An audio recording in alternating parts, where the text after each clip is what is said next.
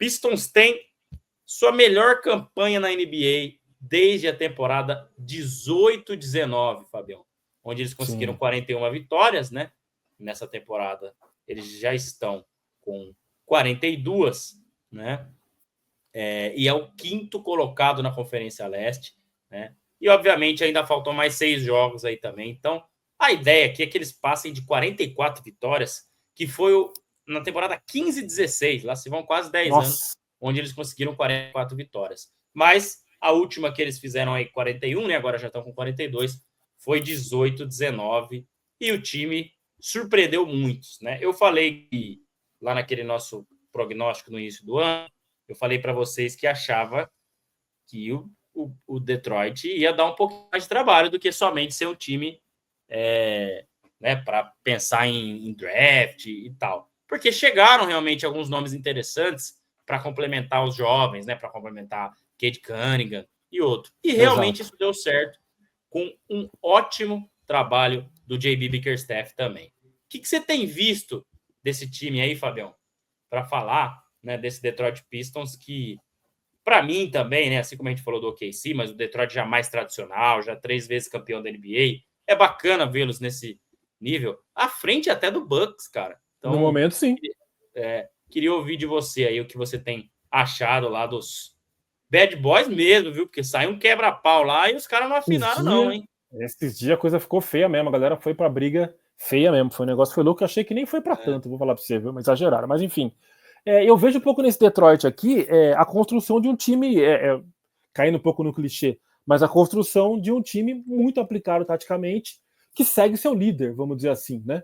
Que seria o Cade Cunningham, um cara que a gente vem aí observando desde que entrou na NBA como uma promessa, um cara que poderia se destacar, poderia crescer na liga, mas a gente ficava assim, mas no Detroit, eu não sei, de vir fazendo boas performances, acumulando pontos e tudo mais, né, sendo assistido de vários jogos, você tinha pelo menos do próprio Detroit, mas o time não ajudava, né? Então a coisa foi crescendo aí, né? O time foi conseguindo evoluir, e esses jogos, esses reforços que você falou, ajudou bastante. Você vê um Tim Hardaway que não conseguia ajudar, que a gente cobrava tanto, né? O Dallas Mavericks do Tim Hardaway na época, para ele ajudar, para ser mais alguém para ajudar aquele time, ele não acontecia. Aí eu vejo as estatísticas dele num jogo contra o Cleveland Cavaliers, sem o Cade Cunningham, o Tim Hardaway faz 32 pontos. Então, assim, essas coisas, quando as coisas começam a se encaixar de alguma forma, né? Com o negócio de comprar a ideia do técnico, as coisas vão ficando aí de alguma forma, vão se alinhando, né? Vão se azeitando, tudo acontece. Você tem, por exemplo, a chegada do Schroeder, que eu não sei até que ponto também está sendo utilizado, ele tem vindo mais do banco, terceiro time dele na temporada e tudo mais. Tem sido utilizado sim, cara. Eu vou até olhar um pouco aqui mais. Eu vi ele saindo como titular contra o Cavaliers, mas eu não sei se será justamente por causa da ausência do Cade Cunningham. Por isso que eu não cravo ele como um cara que está sendo muito utilizado. Exatamente. Ele foi titular também no jogo de ontem, ó, com 15 pontos, 7 assistências e 4 rebotes, né? Mas obviamente, é um cara que na ausência do Cade, né? Aí você tem também um elemento que é importantíssimo, que é um dos gêmeos Thompson, né? Que estão aí assombrando também a NBA de alguma forma, né? O Amen muito bem o All-Star Thompson, no Houston e o All-Star no Detroit. Então você vê, tem o Tim Hardaway, que é talvez um boi cansado. O Cade Cunningham é uma estrela em ascensão. O Schroeder, que a gente sabe que pode dar um caldo. E o All-Star Thompson, um garoto cheio de fome aí. Pronto, você tem aí um time que está desempenhando muito bem. O Malik Beasley, né, que tem arremessado muito bem da linha de 3 nesse time. O Tobias Harris também, jogador muito experiente. Outro esforçado, boi cansado. Que tem ajudado, né? Boi cansado, isso sim. Mas que tem ajudado também. Lógico. O Jalen Duren também, né?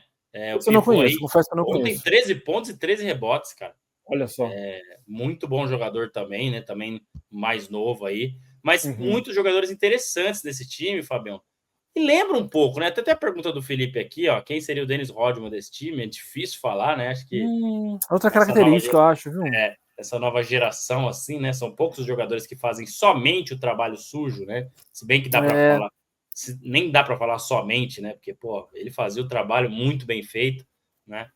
Mas tem alguma coisa de bad boys nesse time aí, Fabião? Acho que essa coisa de não levar desaforo para casa, né? De ser durão, como foi o que aconteceu aí nessa briga que teve no jogo contra o Wolves, né? No último domingo, se eu não estiver enganado. Lembrou muito isso, né? Trouxe esse espírito de volta, que eu acho que é meio que uma cultura mesmo de Detroit, né? Porque teve os Bad Boys lá da época do Rodman, né? Do final da década de 80, ali início da década de 90. E também aquele time com o Chauncey Billups, né? E outros que foram campeão ali Rashid Wallace. Também eram considerados Bad Boys, Ben né? Wallace. Ben Wallace, de certa forma, verdade. assim, era um time assim, fisicamente muito forte. Eu não lembro muito de ser um time que era muito encrenqueiro, vamos dizer, como os Bad Boys no final dos anos 80. Mas talvez seja um time que busque mais essa coisa da aplicação mesmo, sabe? Mesmo que tenha algum talento, como teve o Grant Hill em algum momento nos anos 90, como teve aí. Não tinha nenhum grande talento, né? Vamos dizer, o grande nome, talvez, aquele Detroit, de midiático, talvez fosse o Ben Wallace mesmo, né? Porque o Chauncey Billups e o Rip Hamilton eram bem mais discretos, bem mais low profile. Então, tive muito mais a aplicação da luta até o final do que necessariamente de ser encrenqueiro. Acho que a encrenca, existe essa cultura, existe essa aura de alguma forma, mas ficou mais ligado mesmo aos Bad Boys, né? Esse momento aqui, a gente vê umas brigas de vez em quando aí, né? Com outros times também. Então, acho que o Detroit, essa briga que aconteceu, faz, lógico, a gente se lembrar dos Bad Boys, mas eu acho que é mais o time da aplicação do que o time pronto para a briga a qualquer momento, eu diria, assim, né? No primeiro momento. Com certeza. E cara, eu acho que eu vi assim alguns jogos do Detroit nessa temporada, né? E aí, cara, acho que é um time realmente bem operário, né? Não Exato. tem assim, estava até olhando algumas estatísticas aqui, não é um time que brilha os olhos, mas que é eficiente, né?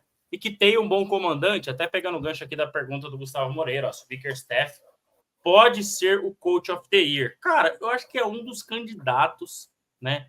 Embora a campanha do Cleveland Cavaliers, né, com o Kenny Atkinson, vai pesar muito. O próprio KC. O KC também, mas o Mark Dagnall já ganhou, né? Então, tem sempre essa questão aí de alternar, né? No MVP nem tanto, mas nos outros prêmios às vezes acontece. Né? Dá para pensar. E falando em prêmios, né? Acho que eu vi o pessoal cotando aí também o Cade Cunningham para Most Improved Player, né? Então, jogador que evoluiu muito aí, cara. Cara, é um jogador que eu falo para você que, assim, né? Claro que tá em Detroit, os holofotes ali não são tão grandes, né? Mas é uma das estrelas jovens aí da NBA que pode dar muitos frutos, Fabião. Ele é um cara assim, bem, né? Bem pra frente, vamos dizer assim, que chama joga bem, chama o jogo, tem personalidade. Então, acho que, obviamente, que isso está ajudando demais aí, né? O Detroit Pistons a seguir aí essa caminhada da 5ª colocação na Conferência Leste, né? E que eu acho que, assim, o teto... Isso que eu ia falar para gente... É um first round, né, Fabiano? Eu não vejo... Cara, assim, eles podem complicar a vida do Indiana Pacers, né? Que isso que eu ia falar, se eles conseguissem... Pacers que é o quarto, né? Se conseguirem manter uma 5ª colocação, que não é fácil, né? Brigando aqui com o Milwaukee Bucks. Né? Aí dá para sonhar por uma segunda rodada. Mas se passar na 6ª, aí eu acho que fica mais difícil. Acho que é difícil. Da 6ª colocação, eu bateria meu palpite assim. 6ª colocação é primeira rodada. 5ª colocação é chance real de segunda rodada.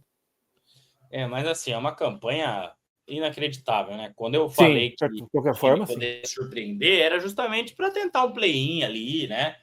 Não ia ser um time que ia só lutar ali e ficar no draft, né? Claro que ele se aproveitou de um Sixers que era para estar entre os 6, obviamente, né? E que é muito mais time no papel, tá? Do que o do Pistons, e isso facilitou um pouco a vida deles, né? Mas mesmo assim, cara, não dá para tirar o mérito, né? Com certeza. Mas eu diria que eu apostava mais no Bulls do que no Detroit, por exemplo, esse ano. Exatamente. Aí já é uma prova aí de um time que evoluiu. Um time que trabalhou bem, né? E que tem aí a 8ª melhor defesa da liga, né? Então isso diz muito aí de um time que é bem físico, né? E que consegue vencer jogos aí muito também por essa defesa interessante, já que, como a gente falou aqui, não é um time tão plástico, né? Mas que é muito bem treinado, joga direitinho, né? E acho que é isso, cara. Acho que o Detroit Pistons né? Quem sabe para a próxima temporada não consegue se reforçar ainda mais, trazer outro jogador que pode decidir junto com o Cunningham. Ou melhorar E o que aí já a coisa... tenha, né? Esse próprio time dar uma evoluída, né? Ficar mais experiente e subir mais um degrau. É bem possível também.